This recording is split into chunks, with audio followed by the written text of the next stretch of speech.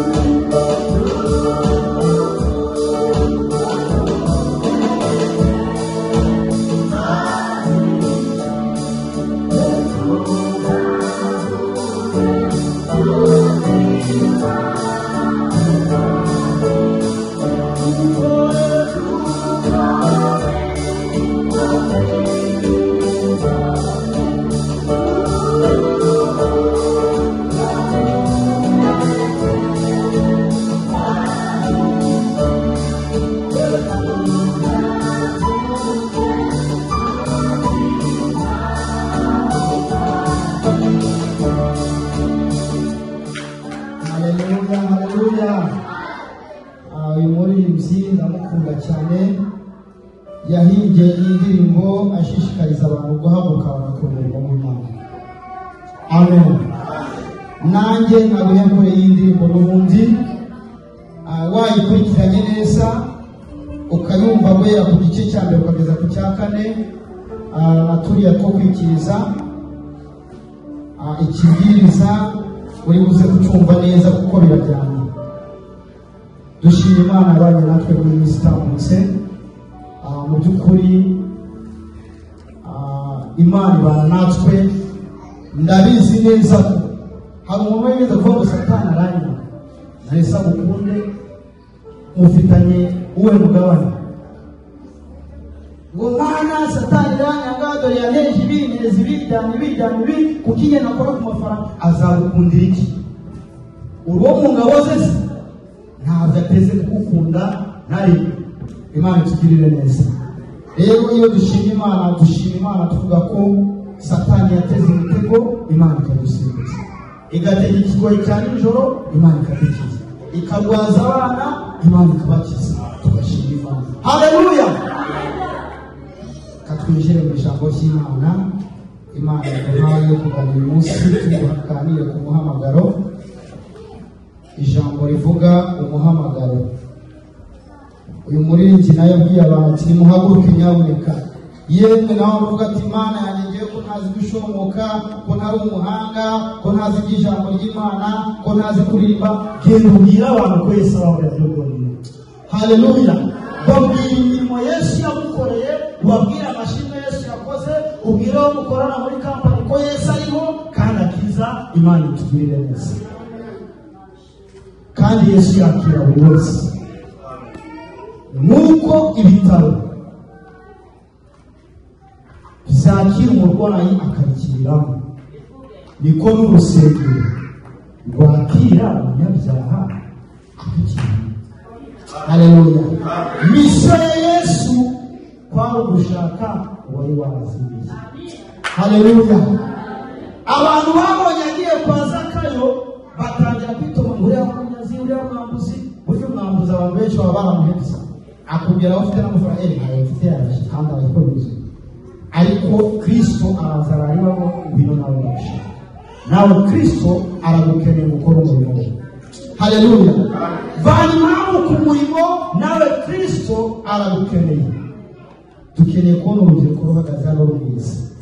Amen. Haleluya. Mu minsi imbere duhereze isi y'abantu baze bakora umurimo w'Imana. Rero kugira umuntu n'umwe ushira impamvu ku murimo w'Imana. Haleluya.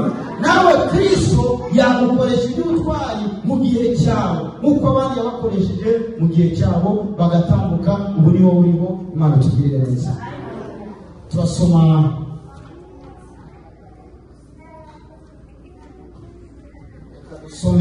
igitabo cya Matayo, ibice byaho 20:6 turagera 16. Turagera dusome Yeremiya igice cya 4. Ubwo abasomyi baba bari kubashaka byihuse kugira ngo bagabane aya masomo ducunguze umwete.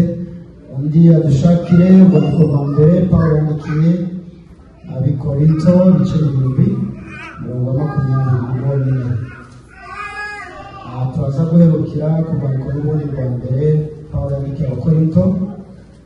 Aravuga ngo Abakorinto ba mbere, ariko si byo, ntabwo babaye ba mbere cyangwa ba kabiri, ahubwo ni urwandiko rwa mbere Pawulo yandikiye Abakorinto igice cya 26. Turagera ku 3.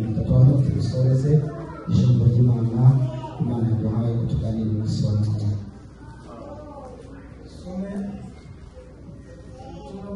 Kristo bwanditswe na Matayo igice cya 20:6 kugeza ku 16. Dusome mu izina rya Yesu. Isaha zibaye 11 arasohoka asanga abandi bahagaze, arabaza ati ni iki kibahagaritse hano umunsi wose ntacyo mukora? Baramusubiza bati kuko ari ntawe uduhaye umurimo. Arababwira ati namwe mujye mu zabibu rwanjye Bugorovye nyir'uruzabibu abwira igisonga cye ati hamagara abahinzi ubahe ibihembo byabo utangirire ku banyuma ugeze ku wa mbere. Abatangiye mu isaha 11 baje, umuntu wese ahabwa idenariyo imwe. Ababanje baje kubwira ko bahembwa igitabo, ariko umuntu wese ahembwa idenariyo imwe. Bazihawe bitotombera nyir'uruzabibu bati aba banyuma bakoze isaha imwe ubanganyije natwe. Abahingitse umunsi wose tuvunika twicwa n'izuba. Nawe asubiza umwe muri bo ati mugenzi wanjye, sinkugiriye nabi, ntuzi ko twasezeranye idenariyo imwe? Ngiyo yijyane ugende, ko nshatse guhemba uwa nyuma ntawe. Mbese hari icyambuza kugenza ibyanjye uko nshaka? Ugarukira aho ngaho tugira imyari mekane Yesu Kristo. Nuko ijambo ry'Uwiteka rizaho riti gatanu, nakumenye ndarakurema mu ndarajuko, kandi nakwejeje utaravuka, gushiriraho kuba umuhanuzi uhanurira amahanga awe. Reka dusome urwandiko rwa mbere Pawulo yandikiye Abakorinto, yanahageze igice cya 7 umurongo wa 20. Umuntu wese aguma uko yarari agihamagara. Ni umurongo wenyine. Umuntu wese aguma uko yarari agihamagara. Twavuze ko tugiye kuganira ku muhamagaro. Aha Bibiliya badusomeye muri Matayo, hari abantu bari bahagaze, Yesu basanga bahagaze barimo kwibaza ati se natwe tujye gukora. Barimo kwibaza ngo iya mirimo ko ari yabariya twebwe tujye gukora. Yesu arangije arababaza ngo kuki muhagaze kandi ibyo gukora bihari? Ngo nuko tudafite umuntu atubwiye ngo tujye gukora. Imana itugirire neza. Yesu arangije arababwira ngo hari abakozi bohereje imbere, abo barakoze kandi bazahembwa idenariyo imwe. N'abandi bohereje ubwa kabiri nabo uko nguko, ubwa gatatu nabo baba uko nguko. Ibi bishatse gusobanura iki rero? Ndashaka kuvanaho urujijo rw'abantu bica gahunda bagaterwa mu nzu y'Imana, bakavuga ngo uwaje mbere n'uwaje nyuma bazahembwa kimwe. Aha ntabwo ariko byari bishatse kuvuga. Ibi byari bishatse gusobanura ko umuntu wa mbere Imana yahamagaye yinjira mu gakiza, imuhereza agakiza, n'umuntu uzaheruka isi wa nyuma uzahamagarwa imperuka igiye kubaho bazahembwa kimwe. Ari ukuvuga ngo bazahembwa ibirutsa iby'abandi. Umukozi w'Imana witwa Samweli, yemwe akimara kuvuka bamutanze akiva mu nda, akurira mu nzu y'Imana, akora imirimo y'Imana, ariragera mu zabukuru agikora umurimo w'Imana, ndetse yakoraga inshingano 3 zikomeye: ubutanzi, guhanura, guca imanza. Iyo mirimo yose ni imirimo ivunanye, nta muntu wakoze imirimo ivunanye kurusha Samweli. Ariko nawe wa none nukora neza uzahembwa kimwe na Samweli. Imana itugirire neza. Iyo dusanze guhera kuri Adamu ukageza kuri Aburahamu, abo ni abakiriye umuhamagaro w'ibanze. Ku basesenguzi cyangwa se ba Bibiliya bavuga ko abo ni abakozi bahamagawe ku muhamagaro wa saa 12. Hanyuma duhereye kuri Mose tukagera ku bacamanza muri iki gitabo, abo ni aba saa 6.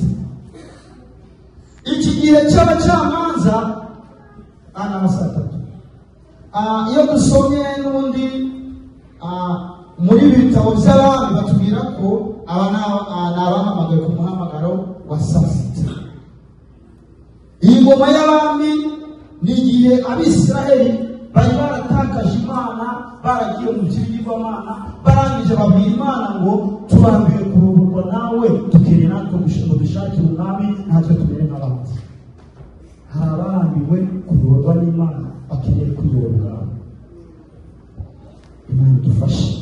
Abantu b'umuhamagaro, abantu bavuga ngo dukeneye kwigira mu byacu, dukeneye kujya muri gahunda zacu, Imana idufashe.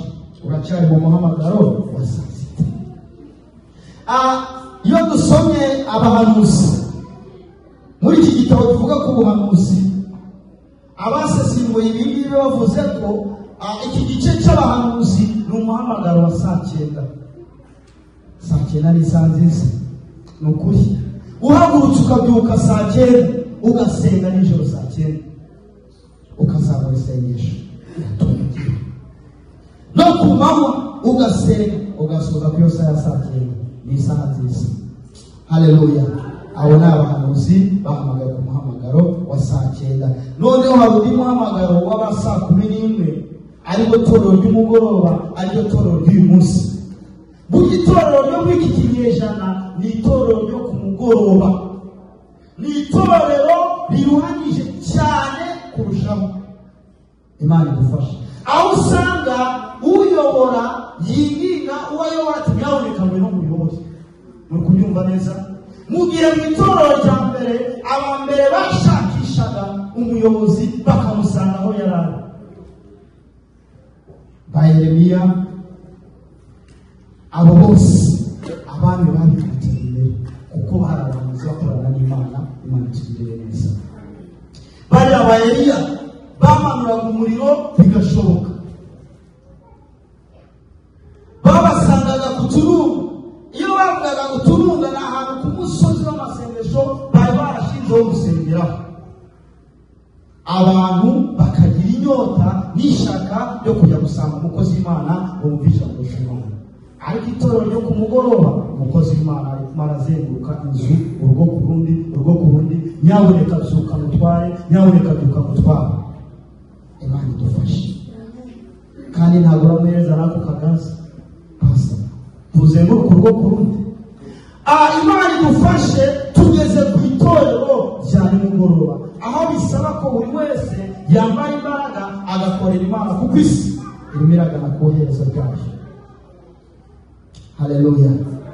Ntabwo igihe kizakubwira ngo ejo nibwo imana y'Imana iza, ariko iminsi n'ibihe bitambuka, uko bigenda bitambuka bigenda bikwereka iherezo ry'isi. Imana idufashe. Imana idufashe kandi tugirire neza. Umuhamagaro wawe urawuzirikana. Ese nawe uvuga ngo biriya ni iby'abari? Kuririmba wowe ntibyakubera, kubwiriza wowe ntiwabwiriza bagafasha. Imana idufashe.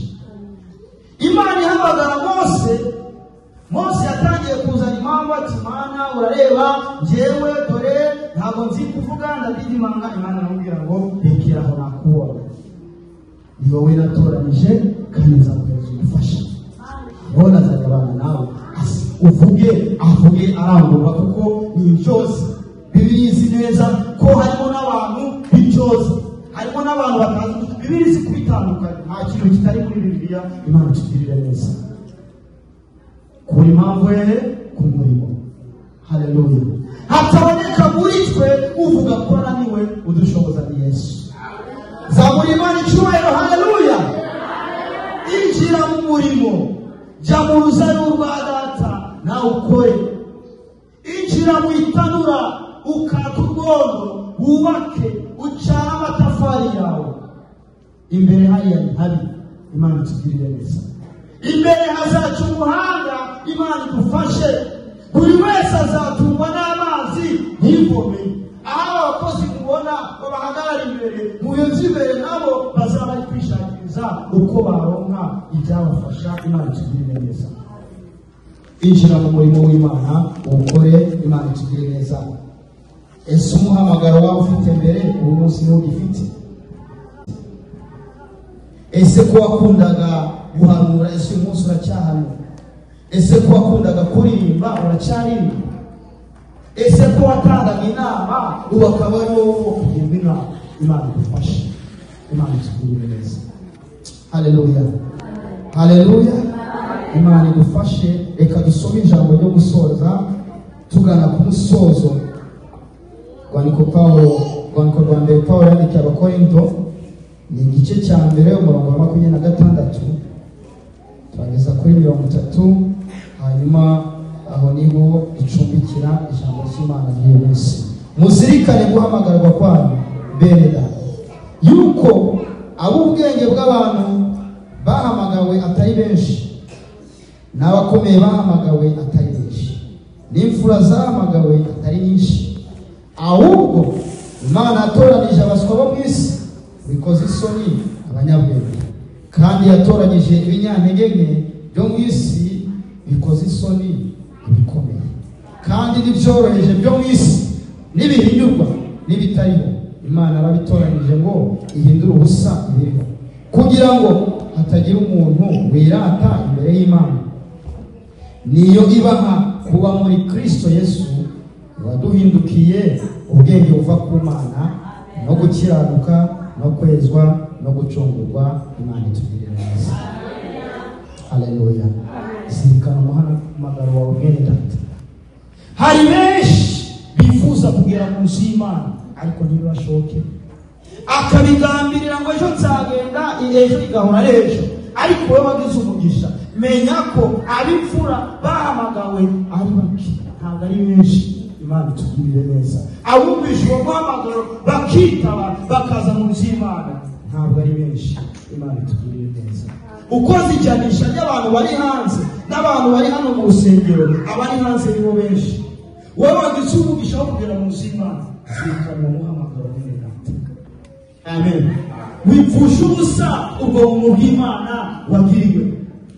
Imana idufashe kandi tugirire neza. Ijambo ry'Imana rigazigitira twese mu Yesu Kristo.